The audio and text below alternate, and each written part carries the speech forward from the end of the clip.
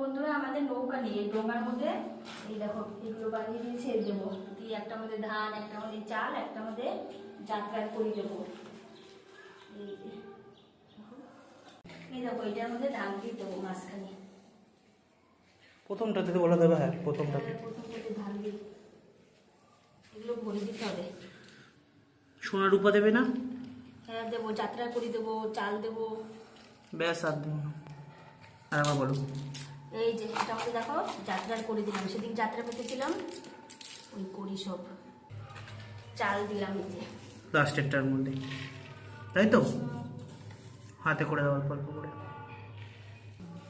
মোটামুটি সব গুছানো। এই যে খৈরুকুড়া করে নিয়েছি, নাড়ু করে নিয়েছি, লোচনার হাড়ি গুছানো হয়ে গেছে।